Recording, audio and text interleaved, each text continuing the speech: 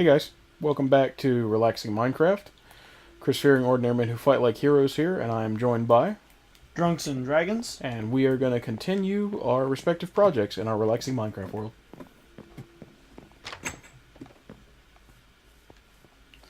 Time to cut down the forest. Yeah. Where was I? Oh yeah, games that were important though. So last time I talked about how the Gladiator game was good on how to construct fights and how to make those engaging experiences. Didn't I already get that trophy? Yeah, I don't know why I didn't save anything. Engaging experiences and things of that nature. And another key one is the Star Wars game for figuring out how to create like backstories that are engaging and entangled with the events and characters involved that are outside of the party, such as villains and things of that nature. That one got to be convoluted though, to be a little bit honest. I'm not surprised. Like it turns out like Ethan's uncle was like evil, but not really, and he was also he had a guy under his employ who was a protege of his, kind of, who was a former student of Seth's Jedi's master. Like, Seth's Jedi had a former student who went off and did some stuff, and then he took, then he got Seth as his student, and then he ended up getting, like, kidnapped by, like, pirates or something like that. Not Seth's character, but Seth's character's master. So while Seth's master is, like, kidnapped, Seth's, like, I'm gonna find him, and the Jedi Council's like, we'll take care of it, you don't need to really even worry or do anything. And he's like, that's dumb, I'll do it. So he went and did that, and kind of went off on his own on that. And in the meantime, the prior student was working for Ethan's, like, uncle, who is, and it's like, and then on top of that, like, Ethan's not evil uncle is old enough, and it all is just wacky, is a former student of Aaron's character's master, who's, like, really old. Because Aaron's character's master was, like, really old. And they had balled around as, like, kind of bad guys for a while. The main point of the game, though, was that Ethan's not evil uncle, first of all, I kind of tricked Ethan with a, you know how, like, you have experiences, like, in Star Wars, in, like, the cave, or when you come across very strong Force-sensitive places and items? Yeah. Like, Ethan had seen a vision, and, he had taken it to mean that, like, his evil uncle, because, at the time you're like, my uncle's the bad guy, his evil uncle was responsible for the death of his family, but in fact, and he is and isn't. Ethan's uncle had, like, a choice at the time, and depending on what he did, he could either get Ethan killed, or Ethan's family killed, and so he chose Ethan's family, because it's like, if Ethan's alive, then he could at least take revenge and do other stuff. So he made, like, a terrible, like, retarded choice of, like, it's either going to be this kid and this woman, or it's either going to be, like, my nephew. And I'm just going to, like, keep my nephew alive for my own vaguely pragmatic, viewpoint. And also, like, I can affect some other stuff with this. So it's just, like, kind of an awful choice, but that's the choice he made. Ethan's evil, not evil uncle basically was like, the group I work for is full of bad people, and we're all bad guys. So what I'll do is I'll clean house the way I would as a bad guy, but I'll make it so that everyone who's bad, including myself, are all dead. And I'll leave everything behind to Ethan's character. And that's essentially how it worked out. So I got to win, kind of. The villain actually got to win, in a way. Because it's like, he'll trick, once he got Ethan into, I'm not even doing anything. Once he got Ethan into, like, going after them and stuff, he also went to his, like, protege guy and was like, I need this done, and it's like, there's guys being assassinated now, and then there's, like, no leadership amongst, like, these dudes, and then it's like, before you know it, you just got, like, all these dead officer guys, and the whole organization's been, like, switched out. So it's like, excellent. Everyone that's left is loyal to the evil uncle, who's then been instructed to be loyal to Ethan's character. And they're all going to pretty much do it, because Ethan's evil uncle, the way he got into, like, power was, like, he's a part of this group, and they're like a group of like military officers that were like all defectors from their own armies, and they're just like, we'll just form one big band of defectors and just run it as our own private military group. And the only reason why he's in there is because he was helping out in the past and, you know, being force sensitive and everything, you know, being able to use the force makes him a valued asset. They didn't want him becoming too powerful. So he's like, if they won't let me proceed at the on the top of the ladder, I'll make friends with everyone on the bottom. So even though like all of the higher commands hated, you know, Ethan's evil uncle, not evil uncle, he was friends with everybody below them. It's like if you were friends with everybody on the ground floors of an office building. You can get stuff done, especially if they like owed you life-saving favors and that kind of thing. So he basically went around and did that. He built a group of people, a foundation of folks that all owed him favors or that he's helped out that are all on the ground, most base level. So he can get anything he needed done. Nice. And then when all the higher commands get wiped out and they find out who's in charge and who's leaving in charge and why, they're all good with it. And now all of them get to excel. Because now the new, like, you know, the new, like, clean slate for the top. Everyone moves up a peg, you know. Yeah. So, yeah. But it was an important, the Star Wars game was an important lesson in, like, making the game intriguing by, you know, inviting in elements of characters' backstories to really be connected with the overall plot and goals of other characters and things. And that's the important part. And then last but not least, my Dark Souls, not Dark Souls game, is really important on choice. Because other than, like, vague things being like, there's a curse, find out what's wrong, do this, find out, you know, solve this problem, there hasn't really been too much direction. It's been up to their, like, you know, wanderings. But that kind of ability to free roam and do things and slowly put pieces of the puzzle together has actually proved to be one of the big parts about the game. You know, there's so many NPCs and places and things to, you know, places to go and things to do and folks to talk to that, you know, you really feel like you're exploring this world. And as they affect and go in places, it's like they have a real effect on the world setting at hand, you know? Nice. So, with all of those aspects in mind, anything that I do that's just basically like, here's an adventure point, do this, go here, go do this, and then that's it and done, is really just me falling back to like an old habit that I know well that I can do comfortably, but doesn't have, I guess, nowhere near the nuance or whatever you want to call it. Gotcha. But there were some neat elements, though, that I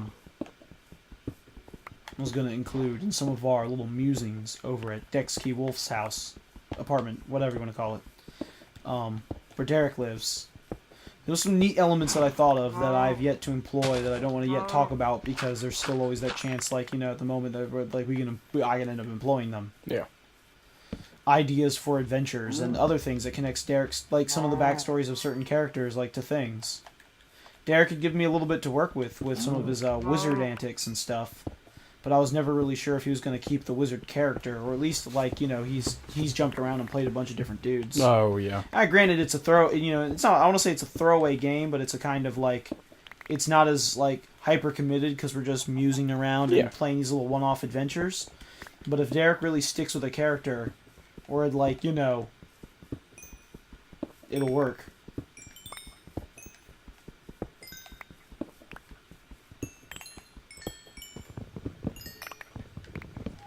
More redstone.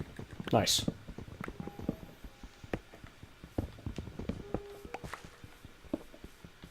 But he's got that monk now. The monks are good, but you've seen that firsthand. Yeah. In Drew's game, which I'd love to talk more about, but I don't want to spoil anything. But I've done some planning, and there's going to be some really cool shit. I feel like it's going to be like a really good game. Cool. We're only going to play it, you know, but every so often. But it'll be like really fucking cool. Like, every session's going to have to be the hypest because we only have the one time to meet, and it's got to be a long session, and it's got to be full of stuff. So it's got to be like, it's got to have some dope stuff in it. And I feel like if there's gonna be a game that's gonna be like, yeah, I really gotta actually make every session of every game like that to be fair. And it sounds hard to do because it is almost impossible to do because you're gonna end up with a game where eventually like the characters are in a certain position where it can't be just like dope revelations. There has to be a moment of downtime where the characters can like take a breather and take stock of the equipment and things that they have and like clean house and do a little bit of management and stuff. And sometimes the trip is not as important as the destination depending on what you're doing. Exactly. Like, I don't want the road to a creepy fortress be cooler than the fortress itself. Yeah. Gotta let it be the build-up, the anticipation for the fortress.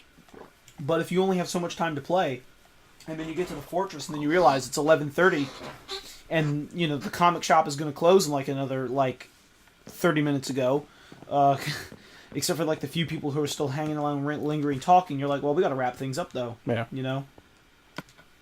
Know what I mean? Know what I'm saying? Oh, it just let you sleep? No. Oh, okay. I'm on my way back up. Yeah.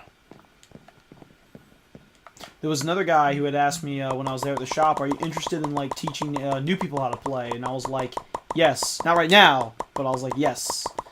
I don't mind teaching new people how to play. It'd be neat. I could probably take some of the notes from our little like one-off adventures and like recyclish them. Yeah.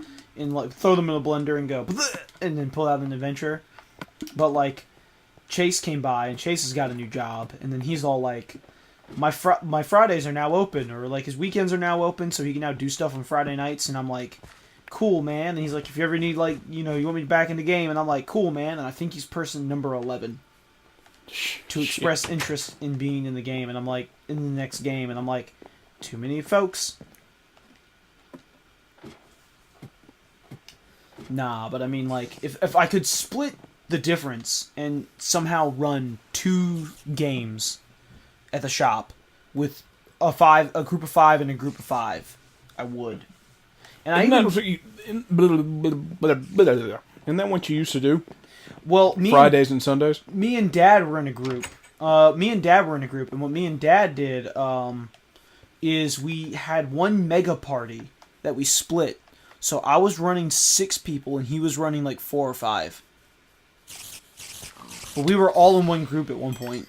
Damn. And we're like, okay, what we're going to do is we're going to split this mega group into 2 groups. And then our adventuring parties were supposed to come together at some point. And then diverge again and go their separate ways. But that never really quite followed through, unfortunately. But it was a neat idea. The idea that I have, if I were to run like 2 groups, an idea that I had for running 2 groups at near the same time would just be like, I have 2 characters that are like scholars or something, and they're like brothers, and they're essentially like, well, we're finding these ruins, and these ruins are twin ruins, and we're also twins, oddly enough.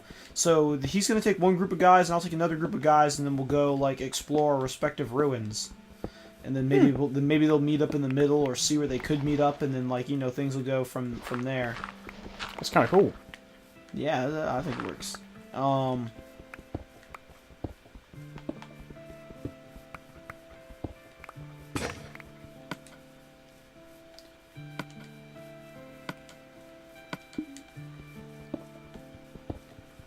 it. I was excited for your idea about the game. Your idea for a game. It was kind of like a mix of like Shadows of the Colossus and... Oh, no, and I've still got plans for that. Cool. Because I was still thinking about how I was going to build my guy up. Sweet. That's a cool character. I can't say anything because there's other people in the game and they may be watching this, so... Can't say anything as not to spoil stuff, but I was excited. Always still a possibility to be in that game.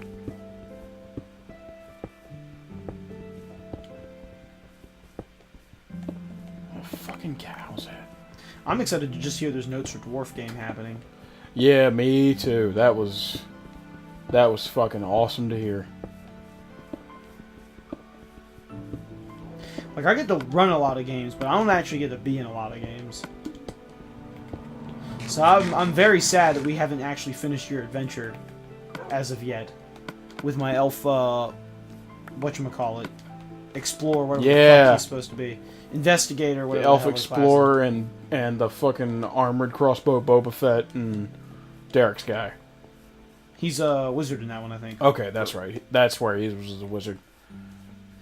Because he was a monk in the last little one of those I ran. That's right. That's right. Because the fucking blacksmith I ran, he had the adventure with the monk because they divvied out the treasure. Because the monk was on the way to meet one of his like higher ups. Damn it! Come on, I need to find some more fucking cows. Son of a bitch.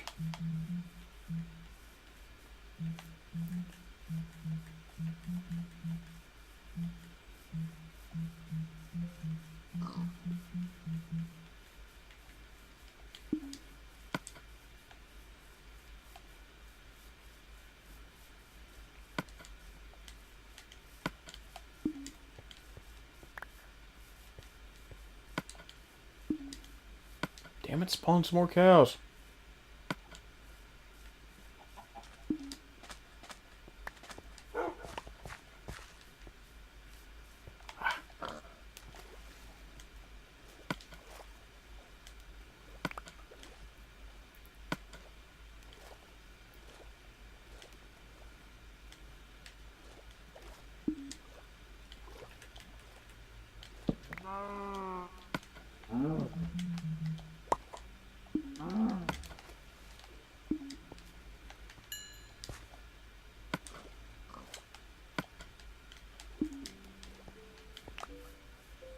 Fucking bug.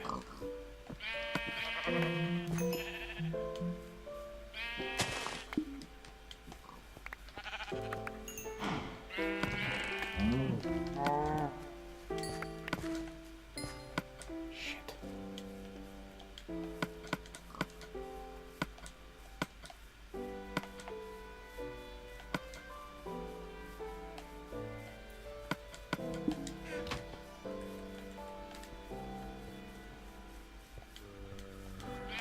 Just trying to kill some cows, huh? I need the leather. Leather is important. I need 11 more pieces. Shit. Yep. What are you making? Wait, what are you making? Something for the room. Is there something I don't know about we can make now? Well, like, the room itself is built until two more things come to pass. One is 11 more pieces of leather, and two is we start getting enough glowstone dust for me to make glowstone blocks. And that will have to be accomplished when we go into the nether. Okay, I was gonna ask, like, what about, how are we gonna get that glowstone? We'll only be able to get the glowstone after we get diamonds. Speaking of diamonds, man, this mine is deep underground, but I ain't finding shit. I am not finding stuff.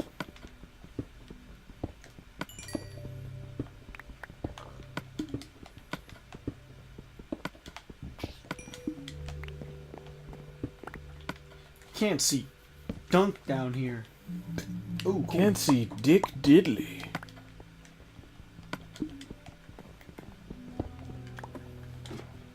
Stay on target.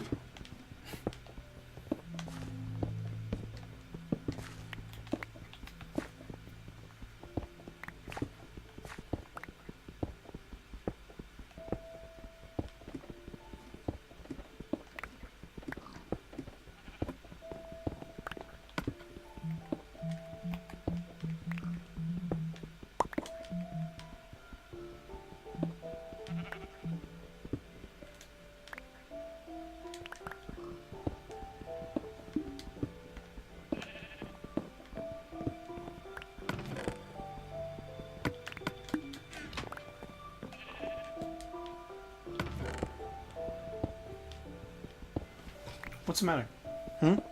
I see. No, nothing's wrong. I just want to look something up. Oh. Well, okay then.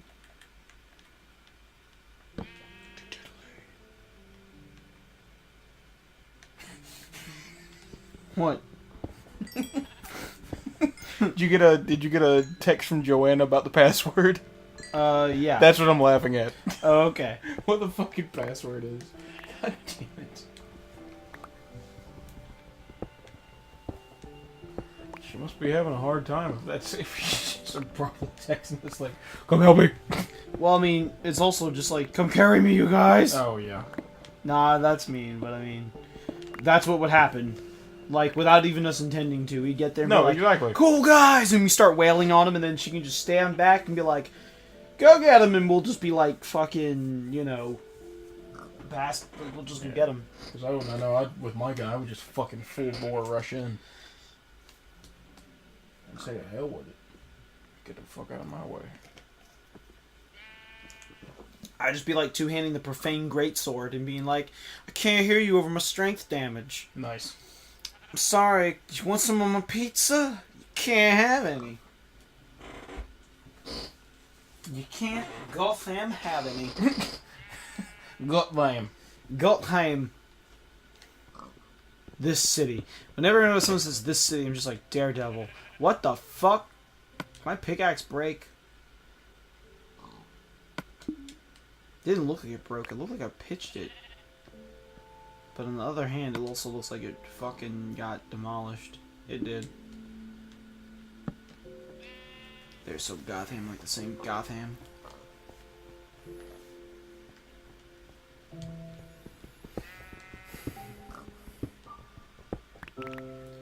Man, okay, I'm tired of digging around here in the dark. This is insane. Like, all I'm finding is just nothing. There's a whole lot of nothing down here. Come on, precious stone. I mean, I know diamonds are rarer in Minecraft than they are in real life, but still.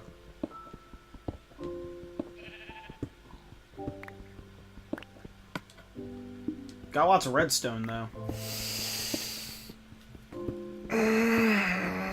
What's the matter? What's the matter, Chris? Okay, so the surprise ending of this episode will be revealed in a second. As soon as I get some water and you rejoin me. Nice, you found gold. Oh, hold Good up, yeah, let me get stuff. this. Oh, cool. A happy ending for everybody. What is this? Okay, that's stone. I want my iron pickaxe. Zoop! Zoop! Need way more than 2 buckets, but there's another cow. Shasha!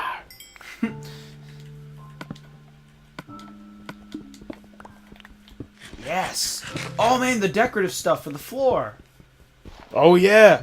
I still need to figure out what's going to look the best, because I want it to look like one solid piece. And if we do end up doing that with multiple precious stones, so be it. That'll make it look even better.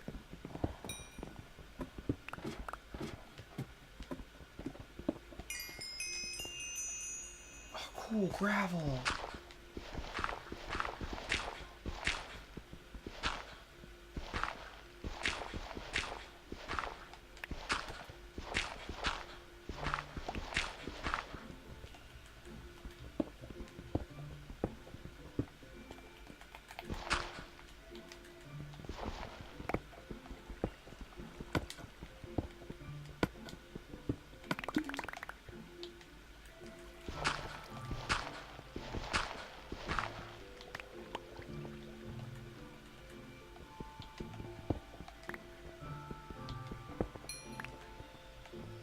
Alright, I'm coming back up.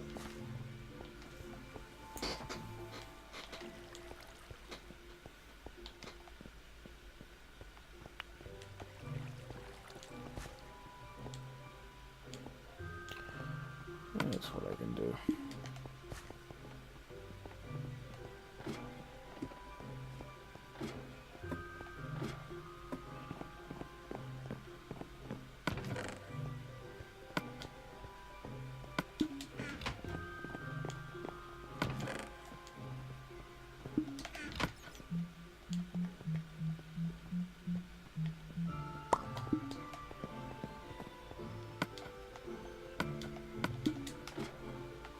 thought they've added more music to Minecraft in the past. They have, I believe. Okay, it just feels like I hear like a lot of the same classic tunes. Oh yeah. Pig, I'm a wee pig. You down there? Yep.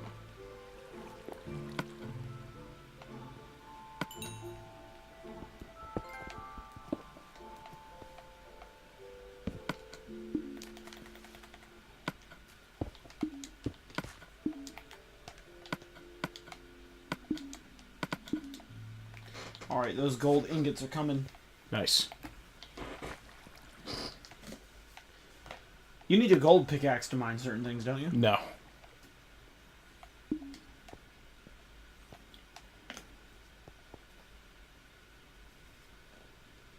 Gold is pretty much the only thing you don't need to really make into anything.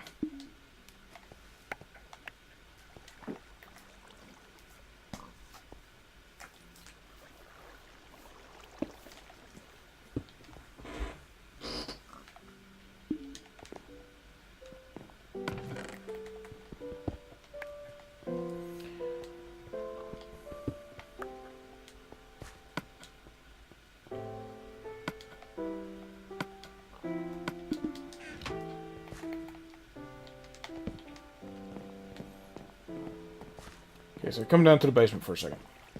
Righto. Up, up, up. Neat.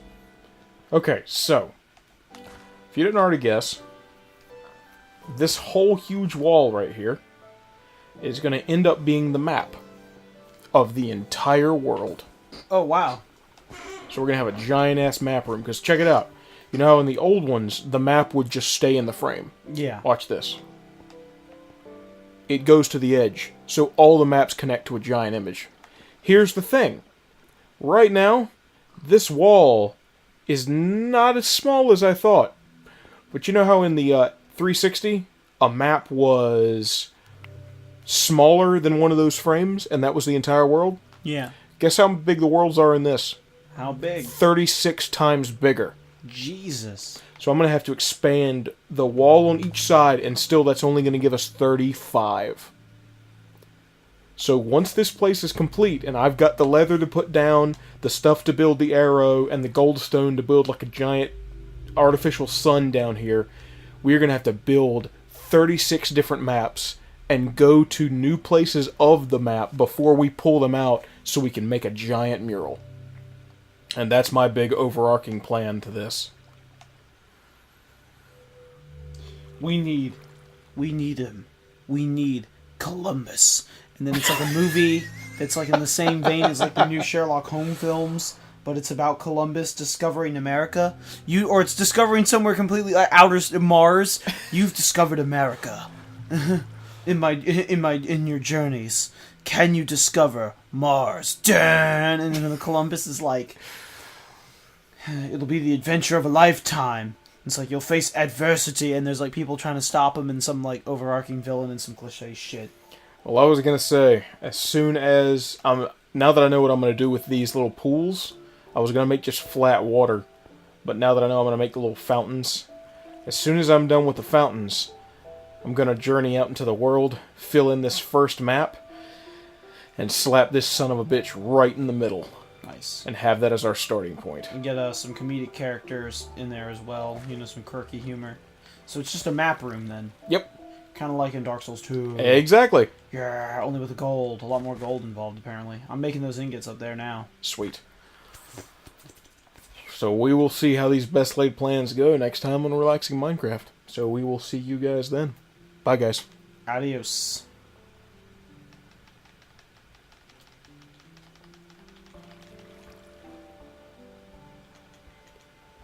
Now you getting it? Yeah, I'm getting it. I'm doing it, Peter.